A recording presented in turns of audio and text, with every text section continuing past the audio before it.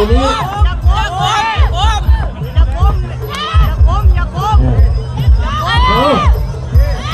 สู้ในกันเลย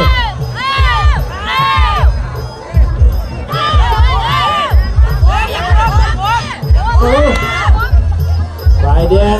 บางปอนฝ่ายน้ำเงินนิวทองนะครับ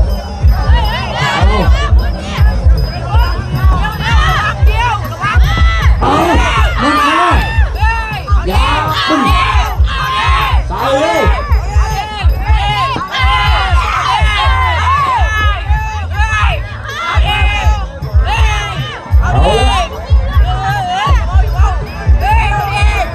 ลุ้นใหญ่เลยจะไปเล่นศึกยกแรกนี่เองสำหรับบางกองฝ่ายแดงนิวทองฝ่ายเงินมวยปลาแล่นฝ่ายแดงมวยลูกกระสุนฝ่ายเงินไปเลยใส่กันให้ยับ